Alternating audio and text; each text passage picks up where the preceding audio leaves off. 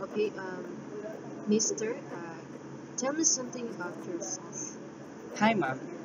Good morning. I'm Jaylo Gornes, but you can call me Jaylo. I came from Caloocan City. I'm a second year engineering student of STI Caloocan.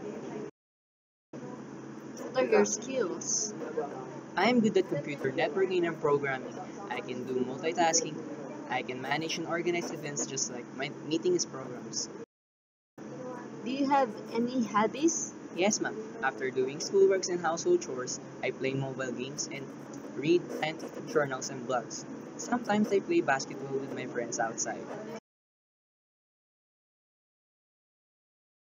I got skills that your company needed. I will be a great help when it comes to fixing your computer and managing your computer networks in your company.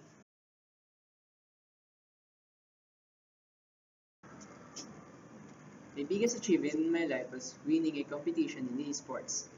We managed to win because I lead them very well. Leadership skills are very important in winning in such sports.